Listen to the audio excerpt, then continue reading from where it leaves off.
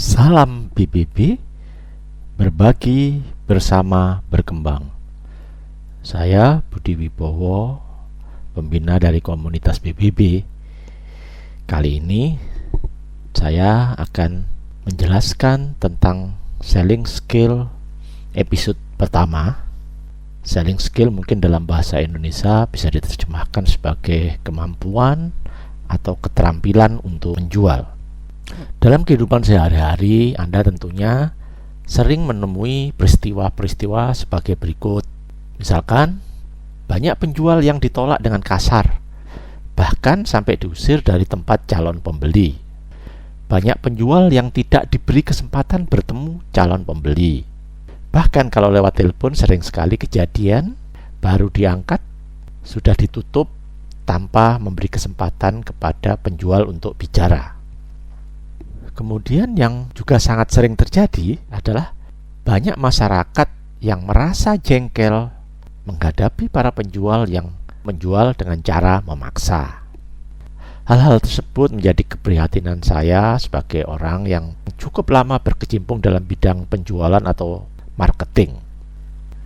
Sehingga saya menulis buku yang saya beri judul Jangan Menjual Jika Tidak Tahu Ilmunya. Saya berharap dengan buku tersebut banyak orang yang bisa belajar tentang cara menjual yang benar. Dan kali ini saya membagikan ilmu tersebut kepada para pemirsa semua melalui channel YouTube ini. Saat ini kenyataan yang ada banyak sekali perusahaan atau pengusaha atau UKM yang melepas para salesnya atau petugas penjualannya tanpa dibekali ilmu menjual yang memadai. Hal tersebut merupakan kesalahan yang sangat fatal. Kenapa? Bisa diibaratkan hal tersebut seperti Anda mengirim prajurit ke medan tempur, ke medan peperangan. Prajurit tersebut dibekali dengan peralatan atau senjata yang lengkap, tetapi tidak Anda ajari cara menembak yang benar. Tentunya dalam kondisi seperti itu, prajurit tersebut pasti akan kalah dalam pertempuran. Ada juga yang mempunyai pendapat menjual itu mudah. Bahkan saya pernah melihat suatu buku yang berjudul Menjual Itu Mudah. Jujur aja, saya yang sudah sekitar 30 tahun berada dalam dunia penjualan, saya sampai sekarang pun tidak berani mengatakan bahwa menjual itu mudah. Kalau menurut saya, orang yang mengatakan menjual itu mudah itu mungkin mereka nggak pernah jualan ya. Kalau mereka pernah jualan, tentu merasakan bahwa menjual itu tidak mudah. Meskipun demikian, jika Anda tahu ilmunya, jika Anda tahu cara menjual yang benar, maka Anda bisa melakukan penjualan. Sebuah perusahaan bisa diibaratkan seperti kereta api, dan bagian sales atau penjualan merupakan lokomotifnya. Jika lokomotifnya berjalan dengan cepat, maka otomatis akan menarik gerbong-gerbong di belakangnya. Kereta tersebut atau perusahaan tersebut bisa berjalan dengan cepat. Sebaliknya, jika lokomotif atau sales berjalan dengan lambat, maka perusahaan atau gerbong-gerbong di belakangnya juga akan berjalan dengan lambat. Bahkan jika lokomotif itu berhenti atau penjualan itu berhenti, maka kereta api atau perusahaan itu juga akan berhenti atau bangkrut. Tentunya Anda tidak ingin hal itu terjadi pada perusahaan Anda, kan? Oleh karena itu, jadikanlah sales atau penjualan perusahaan Anda seperti lokomotif yang mampu berlari, mampu berjalan dengan kencang. Selanjutnya, Anda tentunya sudah paham ya, apa itu bedanya pandai bicara dan banyak bicara. Seorang sales itu harus pandai bicara, bukan banyak bicara. Selama ini banyak orang yang mengatakan bahwa orang yang banyak bicara itu bakat sales. Baliknya, jika ada orang yang pendiam, itu tidak berbakat atau tidak pantas menjadi seorang sales. Menurut saya pendapat itu salah atau tidak tepat. Karena berdasarkan pengalaman saya, seorang sales yang baik itu tidak perlu banyak bicara. Karena kira-kira seorang sales itu porsi bicaranya itu hanya sekitar 30% saja. Lalu yang 70% apa? Yang 70% seorang sales itu adalah bertanya dan mendengarkan customer atau calon pembeli.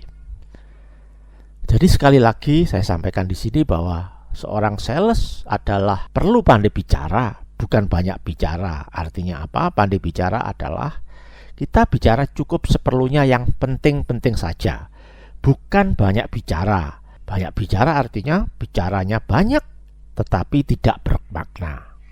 Sekali lagi, seorang sales harus pandai bicara. Bicara yang tepat, bicara yang efektif.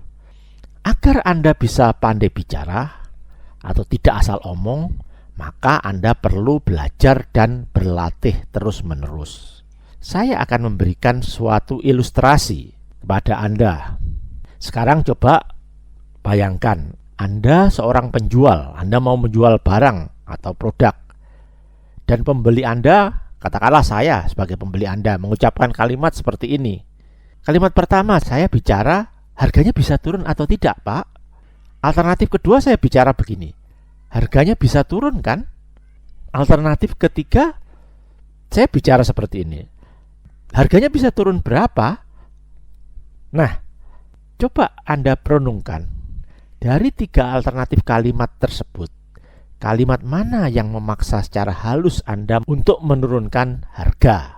Kalimat pertama, harganya bisa turun atau tidak, menurut saya itu kalimat yang paling jelek untuk diucapkan. Karena apa? Karena kalimat tersebut memberikan kesempatan kepada lawan bicara Anda untuk mengatakan tidak. Harganya bisa turun atau tidak? Tidak. Kalimat kedua, harganya bisa turun kan? Itu sudah lumayan bagus. Tetapi sebenarnya yang dari 3 kalimat tersebut yang paling bagus, yang bisa memaksa Anda secara halus untuk menurunkan harganya adalah kalimat yang nomor 3, harganya bisa turun berapa? Kalimat tersebut menggambarkan bahwa saya sebagai pembeli merasa yakin bahwa harganya bisa turun. Tinggal kita akan negosiasi turunnya berapa banyak. Nah, dengan demikian kalimat tersebut akan memaksa Anda secara halus untuk menurunkan harga. Ayo kita pelajari contoh berikutnya. Sekarang kebalikannya. Coba bayangkan Anda seorang pembeli yang ingin beli TV. Kemudian penjualnya berkata seperti ini. Kalimat pertama, alternatifnya, jadi mau beli atau tidak Pak TV-nya? Kalimat kedua, alternatifnya, TV-nya jadi mau dibeli Pak? Kalimat ketiga, mau beli yang mana Pak? Yang 20 inch atau 24 inch? Nah, kalimat mana yang memaksa Anda secara halus agar Anda membeli? Tentunya kalimat yang nomor 3, yaitu mau beli yang mana Pak?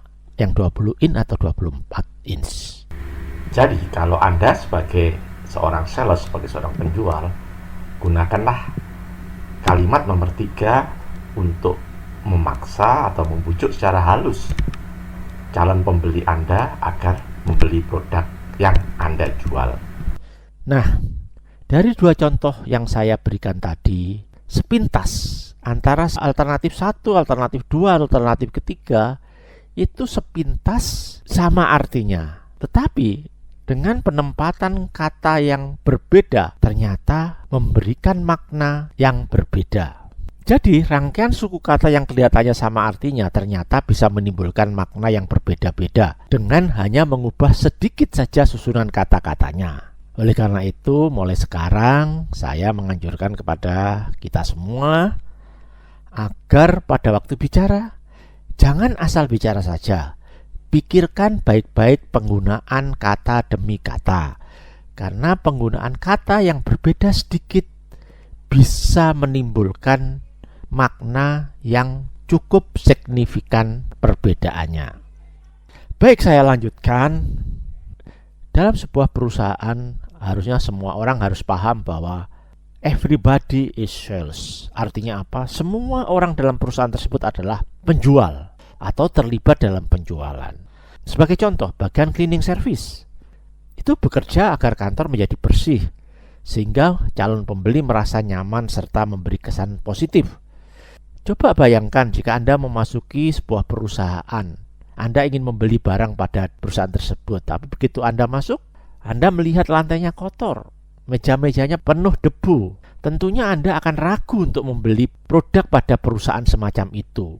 Untuk membersihkan lantai dan mejanya aja mereka tidak mampu. Tentunya produknya sangat meragukan. kualitasnya. Contoh yang lain, seorang resepsionis harus ramah dan bersahabat sehingga membantu meningkatkan citra perusahaan. Begitu juga bagian produksi, andilnya cukup banyak dalam sales, yaitu memproduksi kualitas yang baik sehingga memudahkan penjualan. Dengan demikian, berilah pemahaman pada semua orang dalam perusahaan Anda bahwa semua pegawai, semua staf, mulai dari pemilik, direktur, sampai karyawan yang paling rendah pun harus paham bahwa mereka ikut terlibat dalam penjualan. Baiklah, mulai sekarang saya akan membahas beberapa hal yang perlu dipahami sebelum melakukan penjualan. Yang pertama akan saya bahas tentang penampilan. Bagaimana sih penampilan seorang sales yang baik? Anda harus ingat bahwa orang cenderung lebih menghargai orang yang berpakaian layak seperti orang penting. Orang akan tidak menghargai orang yang berpakaian apa adanya, berpakaian kusut, dan berpakaian yang dianggap tidak layak. Hal lainnya dalam penampilan atau pakaian Anda harus hindari memakai pakaian mewah dan memakai banyak perhiasan, karena itu akan menimbulkan kesan sombong atau justru akan membuat calon pembeli Anda merasa rendah. Sebagai contoh, kalau Anda menjual snack, Anda pakaiannya mahal yang harganya jutaan. Nah, tentunya hal tersebut tidak tepat. Lalu bagaimana pakaian yang tepat ya? Seperti yang ada di gambar, rapi, pakai kemeja, kalau diperlukan berdasi, tergantung situasi ya. Kalau untuk laki-laki, kalau untuk perempuan ya seperti pada gambar di samping, seperti itu sudah cukup layak untuk seorang sales. Kemudian yang berikutnya, hindarilah menggunakan busana santai. Misalkan pakai kaos, pakai training, karena akan menimbulkan kesan Anda sebagai penjual Anda tidak bersungguh-sungguh. Hal tersebut akan mengakibatkan kurangnya penghargaan atau Anda dipandang rendah oleh calon pembeli. Tentunya hal tersebut kurang baik.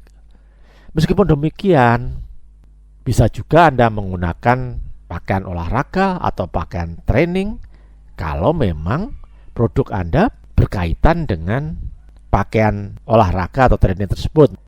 Nah, ini contoh saya pada waktu mengikuti pameran internasional ini di Brussels, Eropa ya, pameran Seafood Exhibition. Saya berpakaian seperti ini. Kemudian waktu di Korea, contohnya saya berpakaian seperti ini. Saya menggunakan pakaian seperti ini bukan berarti saya senang memakai jas dan memakai dasi. Jujur aja saya sangat tidak senang ya, karena memakai jas itu berat dan memakai dasi itu mencekik leher. Tetapi saya melakukan ini karena menyesuaikan diri. Memang di dalam pameran-pameran internasional itu pakaian yang dianggap layak adalah pakaian yang sangat formal, yaitu pakai jas dan pakai dasi. Selanjutnya, saya akan membahas tentang berjabat tangan.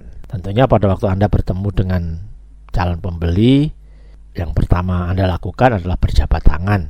Nah, lakukan jabat tangan tadi dengan mantap, tapi jangan terlalu keras ya. Secukupnya aja, kalau terlalu keras bisa sakit tentunya ya, bagi calon pembeli Anda tangannya merasa sakit kalau Anda jabat dengan terlalu keras. Kenapa jabat tangan itu perlu mantap? Karena jabat tangan yang mantap akan menimbulkan kesan kita senang bertemu dengannya. Hal itu akan menimbulkan kesan bersahabat dan penghargaan kepada calon pembeli. Sebaliknya, jika jabat tangan itu yang ringan, akan menimbulkan kesan kita meremehkan atau tidak memerlukan orang tersebut. Tentunya kalau calon pembeli merasa Anda remehkan, dia tidak akan respect pada Anda dan sangat kecil kemungkinan dia akan membeli produk Anda. Selanjutnya, tersenyum. Seorang penjual, seorang sales harus bisa tersenyum. Karena apa? Karena senyuman itu mempunyai manfaat yang luar biasa. Senyum bisa menimbulkan suasana saling percaya dan persahabatan. Saya sering mengatakan pada training-training sales yang saya lakukan bahwa jika Anda seorang penjual tidak bisa tersenyum hari ini, kan mungkin Anda punya masalah di rumah, Anda sedang bertengkar dengan suami atau bertengkar dengan istri atau bertengkar dengan pacar, sehingga tidak bisa tersenyum, lebih baik Anda hari itu jangan melakukan penjualan.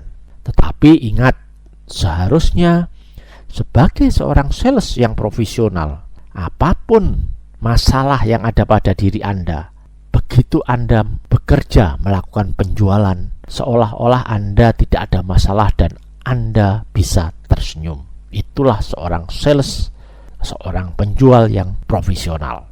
Selanjutnya saya akan membahas tentang tatapan mata. Saya menganjurkan selama berbicara, tataplah lawan bicara Anda. Janganlah menatap ke arah lain, karena akan timbul kesan kurang menghargai lawan bicara Anda. Jadi, jika lawan Anda bicara, Anda menatap ke arah lain, maka kita dianggap kurang menghargai.